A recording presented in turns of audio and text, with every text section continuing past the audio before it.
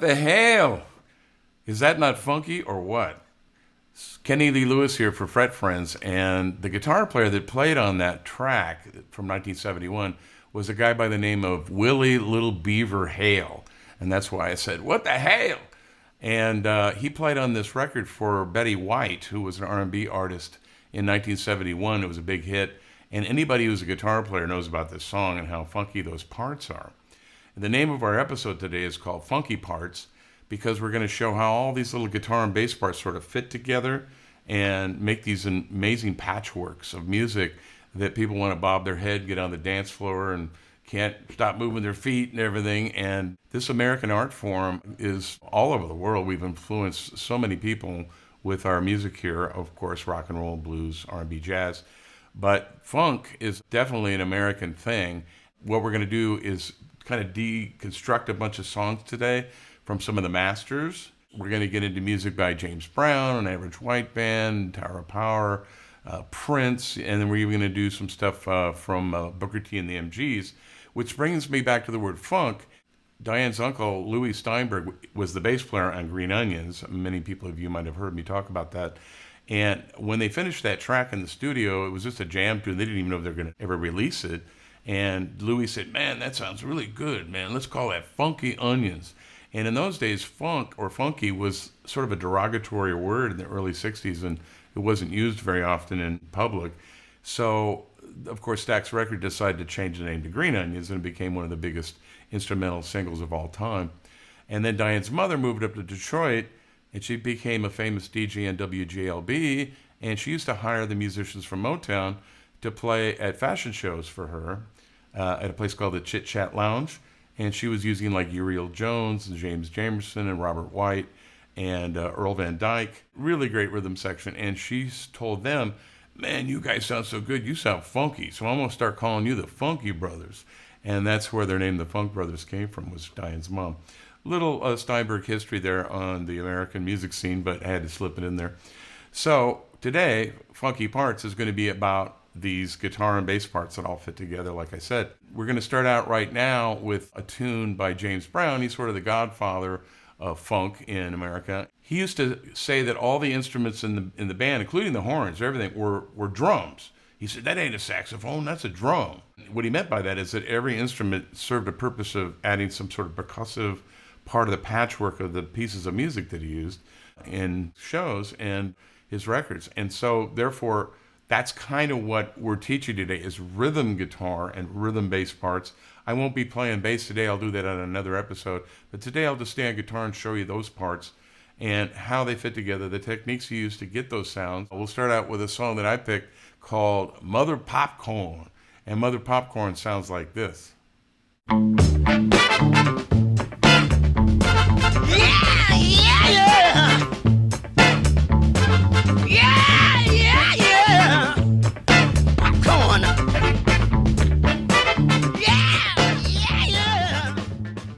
Okay, as we're listening to this, it's a lot of cool things going on there. Of course, it's an old recording, so it's kind of hard to see what is a guitar and what is a bass. But this is the bass line that I kind of pulled from this. I played it on my guitar, but it goes like this.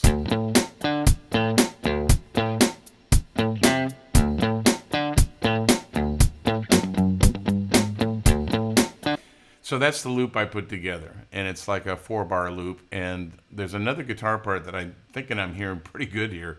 The other guitar player is down here by his bridge, and he's real close, and it looks like this. As you can see, I'm really close to my bridge here. I'm taking my pick, and I'm putting it right just above the saddle for whatever guitar. This happens to be a Telecaster, but whatever guitar you have, just take your pick and just kind of put it right above the saddle there. And what you're going to do is you're going to play it really close to the bridge piece so it sounds like this rather than this. Hear the difference? This has got a lot more point to it. I'm on the rear pickup too. So I want this part to be really popping through this track. So what I'm going to do is, this is my pick technique on my right hand.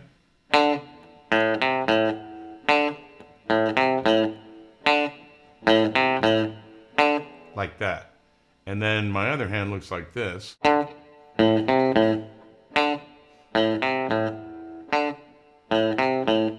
Okay, so this first guitar part we're going to put over this bass line goes kind of with the bass on the A note. You're on the 5th fret with your ring finger.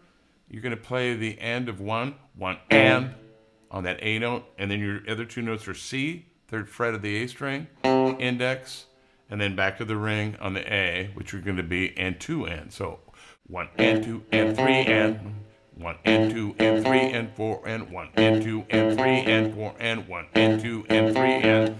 That's the part. It's going to go great with the bass because it sounds like this. Playing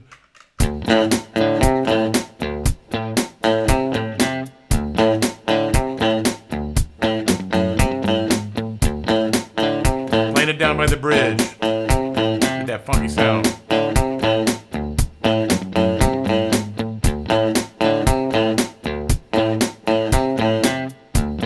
You try it.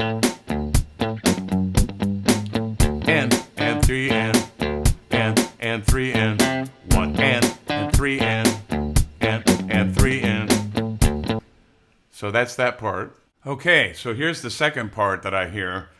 This is very percussive, and like I said, as James said, all the instruments are just basically percussion instruments or drums. This is a drum.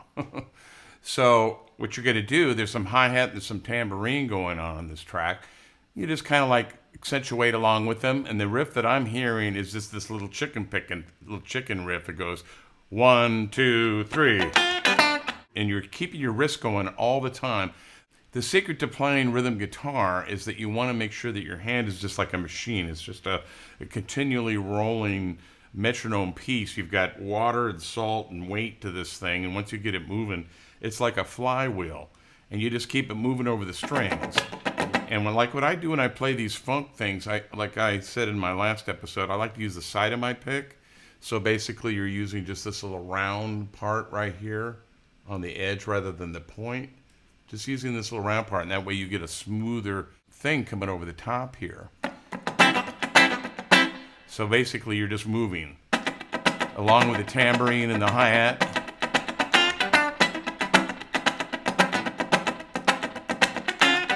And that riff is on the B string. I'm hitting it as I'm playing. I go and I hit that F note, which is kind of a minor third to D, which is what we're in, and bending it up almost to a major third, because that'd be a major third. But we're just going like half. You only bend it like a half, so it's just like a sad attempt to get happy as it's bending up. As we know, minor's real sad, major's real happy. So we're going to bend that F note on the 6th fret on the B string. It's an F note to the D note, which is going to be on the G string, and that'll be on the 7th fret. So you're just going 3, 4, 1, 2, 3, and those are kind of like 16th note anticipations. 1E and a 2E and a 3E and a 4E and a 1E and a 2E and a 3 and a 3E and a. So that's on the of a cluster. 3E and then 3 and then I hit that on the downbeat. 2, 3, 4, 1, 2, 3.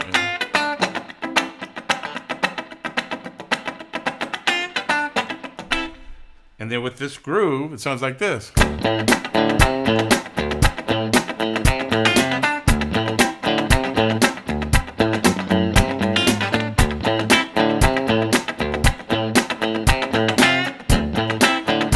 can change it up.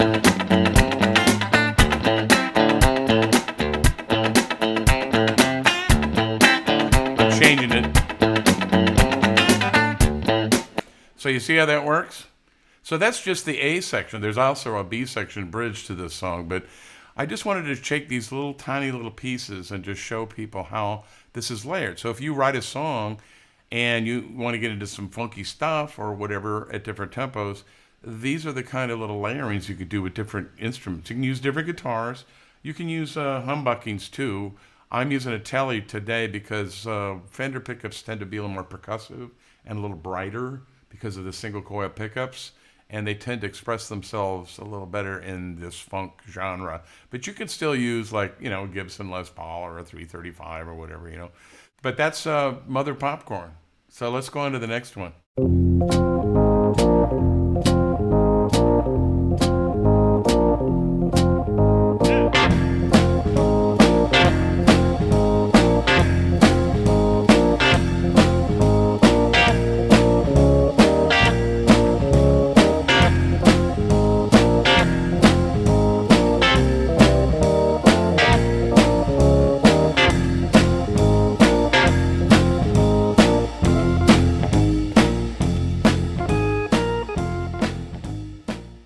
Okay, so this next piece of music we're going to do is Green Onions, which is what I had talked about earlier with Diane's Uncle Louie.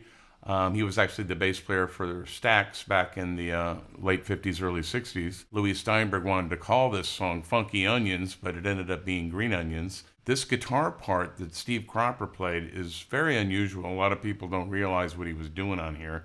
They just hear the bass line and the organ, and they don't really think about what guitar's doing other than his solo. But he's doing some really interesting things, which I'm going to show you. The bass line is real simple, just a basic minor, it's an F minor, F, A flat, B flat. So if you're, jamming with some friends, you don't have a bass player, it's just get somebody to play front pickup and go. That's F, A flat, B flat. But I've made a loop for that, which is this. So it kind of gives you an idea what that's all about. And the organ's playing a whole other thing. But what I will do is I'll show you what Steve Cropper was playing on his telly. He was probably playing through kind of a smaller amp, I'm thinking. And it had a little distortion on it. So I'm going to turn my tube screamer on with just a little bit of distortion. Like that. And what Steve was doing, he doubles the bass through the song when the verse starts. But when it starts out at the top, he plays a B flat chord on the 3rd fret. He's just holding his finger straight across. This is real basic stuff. But it's really effective because by playing the B flat, which is this chord, which is the notes F, B flat, and D, which is the 4th chord at F, it looks like this. Okay, as you can see here, I've got the F note here with my ring finger. I'm borrowing the B flat, and I'm also borrowing the D note. So 1, 2, 3 on the D, the G, and the B string. So you're just going like. And what we're going to do on the right hand, which looks like this, is we're going to take our pick, hold it with the pointed side out, like I normally would do, and we're going to do a upstroke playing that chord. And all we're doing is just twisting our wrist. And when we twist our wrist, the pick rakes across the strings and comes up. See that? It's just a real basic little percussive like that. And with that little bit of distortion, and what you want to do is take the meaty part of your palm here. As soon as you've done that chord, take that meaty part of your palm and rest it back down on the strings. It looks like this. See, my palm is coming right back down. And what that does is it abbreviates the chord so it doesn't have a whole lot of time to ring and get in the way of the rest of the music. So it's just almost like a snare. So what he's doing is he's playing that B flat against that F bass note. So it's like this.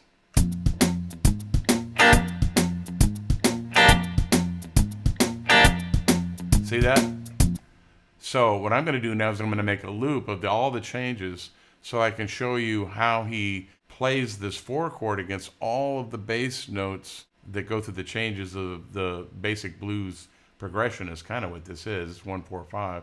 But what he's doing by playing the 4 chord, and he's motivating the track to jerk forward, it gives it motion, but he also harmonically is influencing the chord to go forward to another key or another change before it even gets there. He's just suggesting it. Like they're playing 1, he's going 4. He's like, come on, I'm already on the 4. So it's pretty interesting. So let me make another loop and I'll show you how this works doing that technique on all of the changes of the song. Okay, so here we are with the entire full chorus of the verse. Then you play the E flat against the B flat bass line.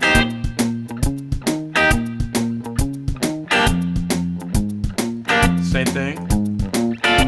F, E flat, B flat.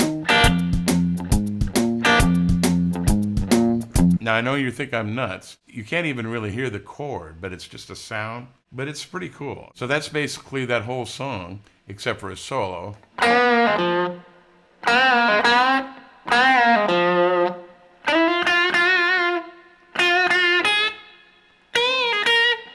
then he goes. Somebody comes out in the studio and they turn up the spring reverb on his amp or something because it doesn't go on the rest of the band. So somebody had to do that while they were recording because they recorded it live. And I think it was just like one take once they got it rolling. So somebody had to go out there and turn up the reverb. Maybe Steve reached down and turned it up. I'm going to have to ask him sometime. You know, hey, did you go out? Were you turning reverb up in between those riffs? Because it's pretty cool. Because it's just a mono one-take hit, and it's just amazing. But that's the part. You're playing a 4-chord against the bass, minor, and then the same thing in B-flat minor, bass, and then you're playing E-flat on top. And then same thing on the 1, and then on the 5, the bass was still playing minor, and you're playing an F, and then back. So that's Green Onions, man. What a great song.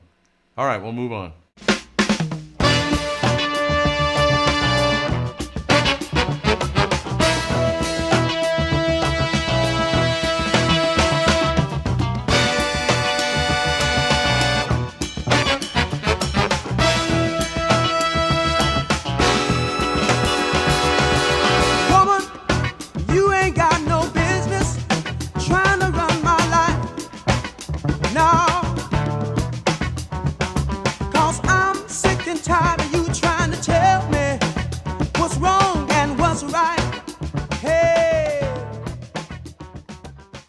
Okay, so as R&B Funk sort of progressed through the 60s and on into the 70s, a great band from San Francisco, or a bunch of friends of mine called Tower of Power, came out of Oakland, and they started playing a bunch of funk.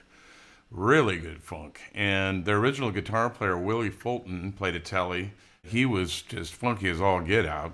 There's a bunch of songs from that era, too, that I'll get to at some point. But I picked this song with Bruce Conti playing on it, who's a friend of mine. I actually performed with him in a bunch of bands in the past. All the Tower guys I've known forever. I used to be in a band with Doc. The horn section toured with me and my rhythm section on a tour I did for JBL back in 1990, 91, something like that. So I've known him for a really long time. And we've even toured with them in Journey about 5-6 years ago. They're one of the great American bands.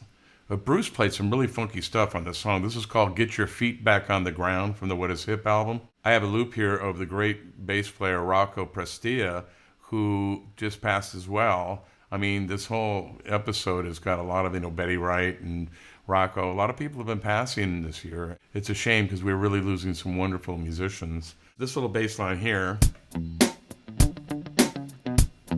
is kind of what he was playing, Rocco on his fingers. He wasn't really playing much of the tonic. It was all funk, like leading tones. And what Bruce did is he played 2 downbeats on the guitar, real strong. That's at the top when the horn's playing the whole thing. So it sounds like this. He's just going.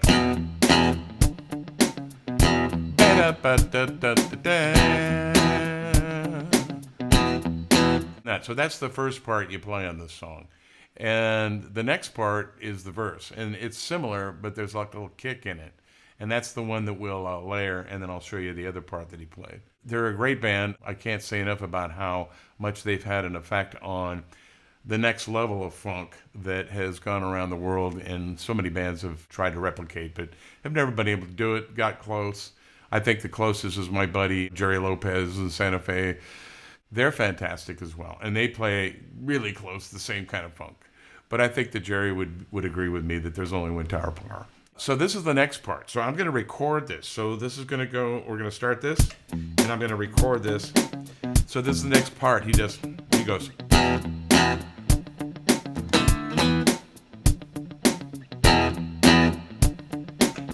So that's like.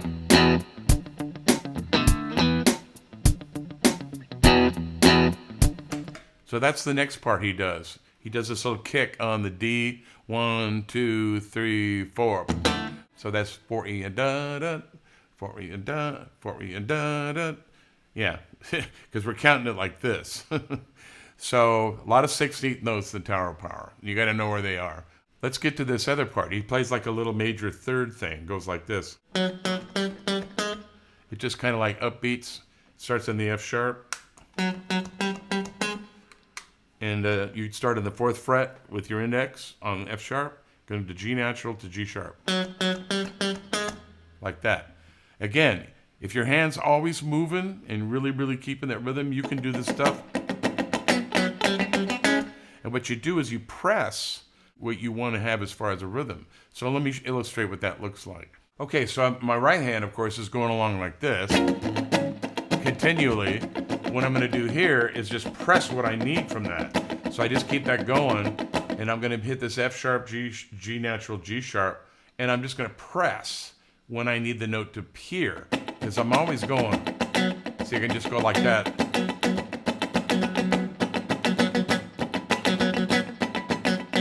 See, I'm just pressing down this F sharp when I need it. See what I'm saying? So your right hand never changes. It's just like a continual thing. But here we go. And I'm going to go. So that's the part. Okay, so here's that part with the rhythm. So it's going to go.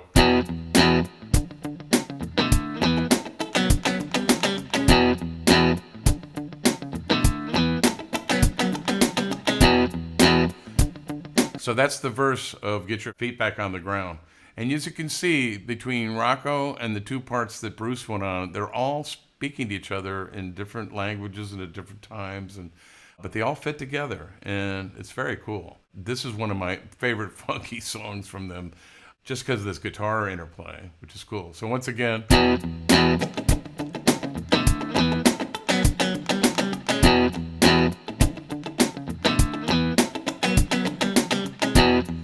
And that's just the verse. Wait till they get into the rest of the song. And wait till Garibaldi turns the beat around at the end. So anyway, all right, let's move on to the next one. This is fun. Telephone line, bad connection, and I'm half asleep. Making conversation with you should be easy, but it ain't. Funk goes overseas. When people start listening to James Brown, they start listening to Tower of Power, they start listening to Parliament Funkadelic, they start listening to maybe the Ohio Players. I was actually in a band called Skin Tight back in the 70s, about 1975, and it was just a guitar trio, and I learned so much in that band as a guitar trio because there were no keyboards, obviously. We're just trying to make as much money as we could. We had a female vocalist up front, guitar, bass, and drums. That was it. But we all sang the hit records that we used to cover on the guitar. And I play all the keyboard parts, I play all the horn parts, all the accidentals, I play all the solos. So it was very, very challenging. It was just out of necessity. We were just trying to survive. But I ended up learning a lot about rhythm guitar and parts, which is what this episode is about. When Funk goes overseas, a band called Average White Band hears this stuff, and they come back over here and they start teaching us funk again, the way they used to be played that we forgot about, because, you know, they came out like, late 70s? But it was funky.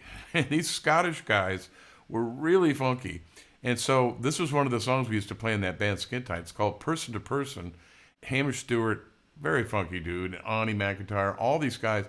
I don't know where they got this, but they got something in their DNA, man, that's like very funky. Maybe it's from Celtic tribal, you know, drum beats from their past or something. This is Hamish's bass part. He's probably playing it like on a Mustang bass with a pick. It's very, very thuddy and nice and pointed. The second guitar part is really interesting. This is the way the groove goes. It's I put it into like a 4-bar groove, so it goes like this. So this is Hamish playing the bass. and it's just funky, you know, all little parts. Okay, here it is with the guitar part.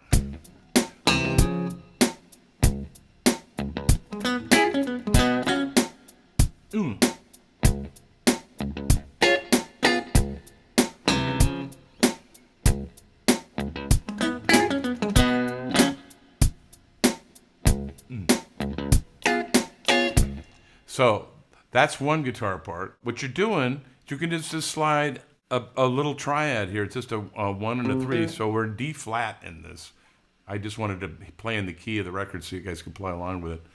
So you slide up here from the 3rd fret, ring finger, index on the E here, and you just slide that up. And it looks like this. So you got your ring finger on the C note here, on the A string, 3rd fret. You got your index finger on the E note on the D string, 2nd fret. Together, you just slide it up a half step. Use your pick to just attack down once for those 2 notes. That's the first riff. And then the next riff is going to be up here, and this is going to be in D flat, and this looks like this.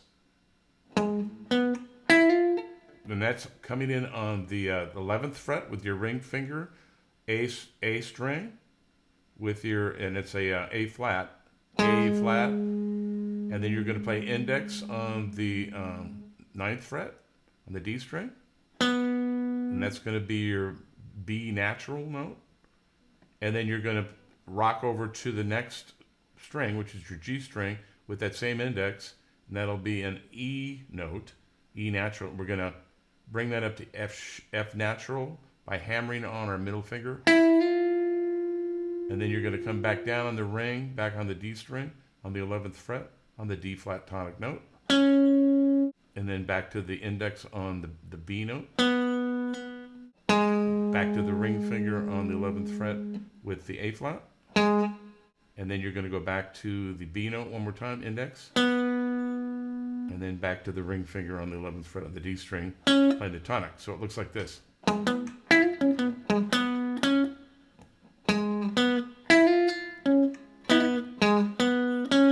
Another angle. Like that. And you just have to make sure that when you're picking this, you're just digging in, downbeat. Those are all 3 push strokes. So you're just going push, push, push. And then you hammer that F natural note.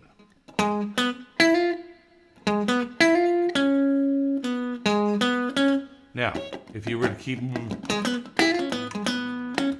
remember what I was talking about? Keep your hand moving all the time. And you just press with your left hand what you need.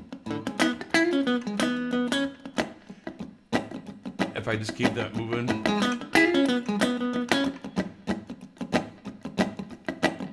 See how that works? And that's the rhythm that goes on that second part. Okay, so the second guitar part is really fun. You just kind of hang in there and play percussion, but it's your typical kind of a James Brown rhythm. It's in D flat. You're going to go up here to the 11th fret, and the chord's going to look like this. Okay, so this is basically a D flat 7 chord with a little bit of sharp 9 bleeding in. You're going to use your middle finger to play the tonic, which is D flat on the 11th fret here.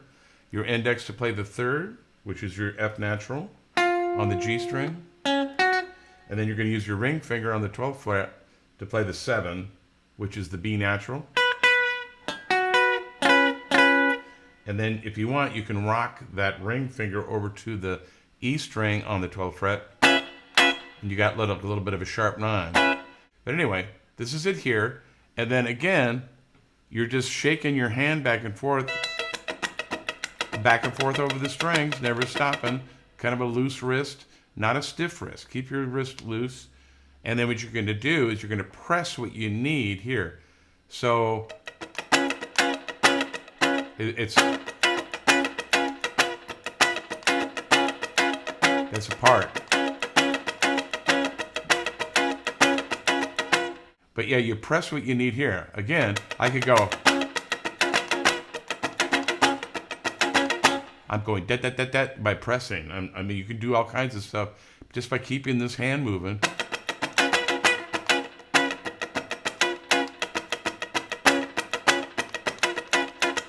See, I'm just pressing what I need. This never stops. So that's the way you play rhythm guitar. You treat it like it's a bongo or a conga on the right hand, and on the left you have tonic notes that you actually can select through just pressing down by, using your thumb, as a lever back here, and your fingers coming down onto the fretboard, when you need those rhythms. You just press. So that's rhythm guitar playing. And so when you lay that part over the top, it sounds like this.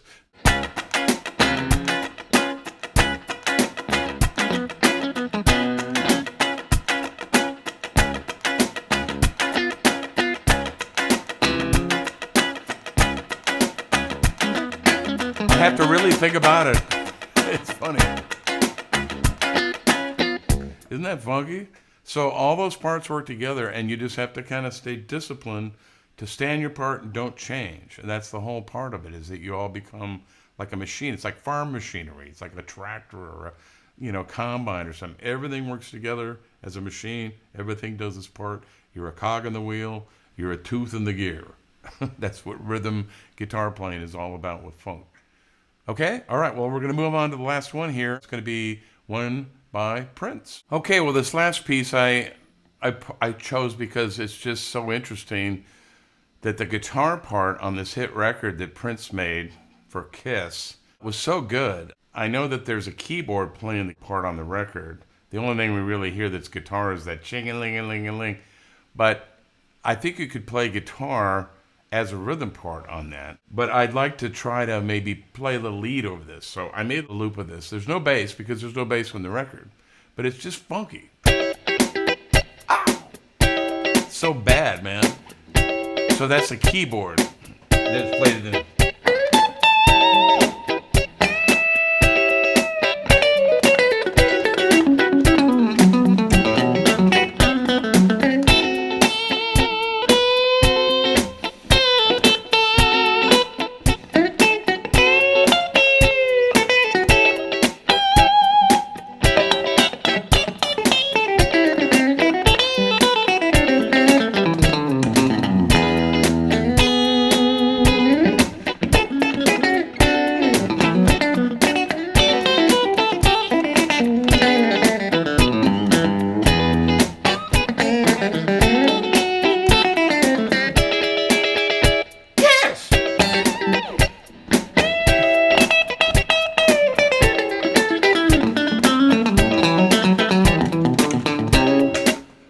So I just wanted to blow over that. It's just such a funky little piece.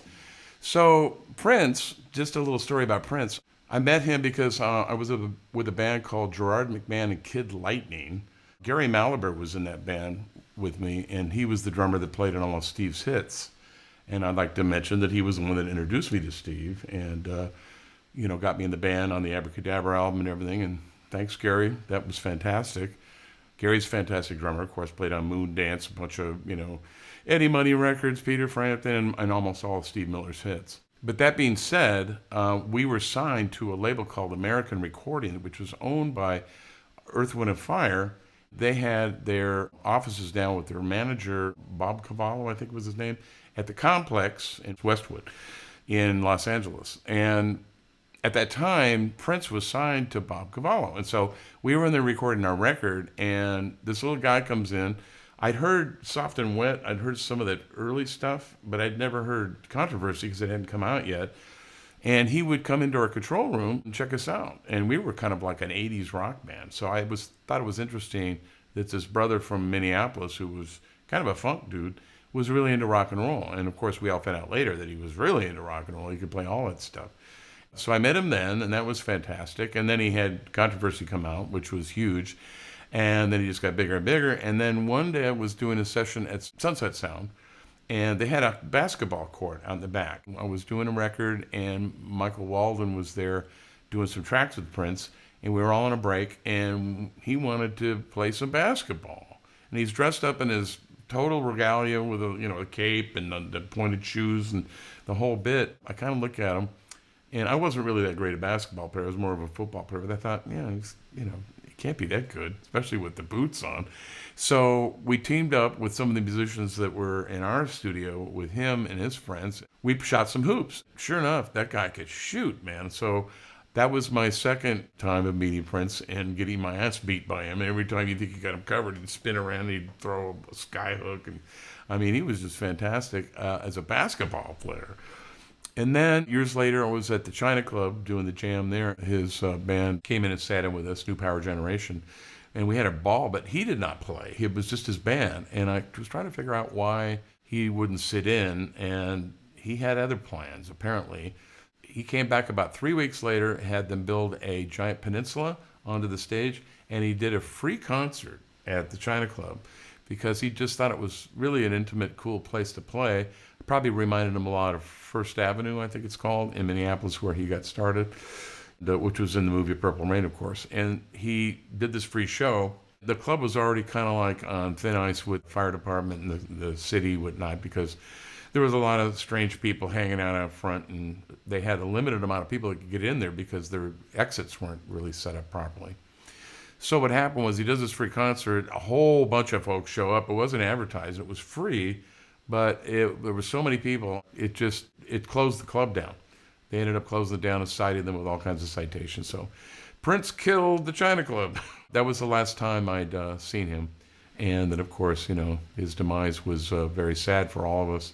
But what an amazing guy. And he definitely was the guy that took funk, which is what this episode is all about, to the highest level any artist could possibly do, and just became the biggest funk star of all time, even probably bigger than Sly Stone and James Brown and all of them. He was just huge. So that's pretty much it. I wanted to show a bunch of different funky parts here, show you what R&B was all about. And I just want to say that because we can't congregate to do live shows with live entertainment right now, that people have really been missing music and missing going to clubs, missing going to see concerts. I'm just so happy now that we have some leadership, which is going to help, get our arms around this COVID thing and start bringing the curve down. So we can get venues to open back up. We go out and start playing live shows again, because that's really what we do. And we can all start having fun again. America is the place where all this art and this genre started. God bless America. See you in the next episode.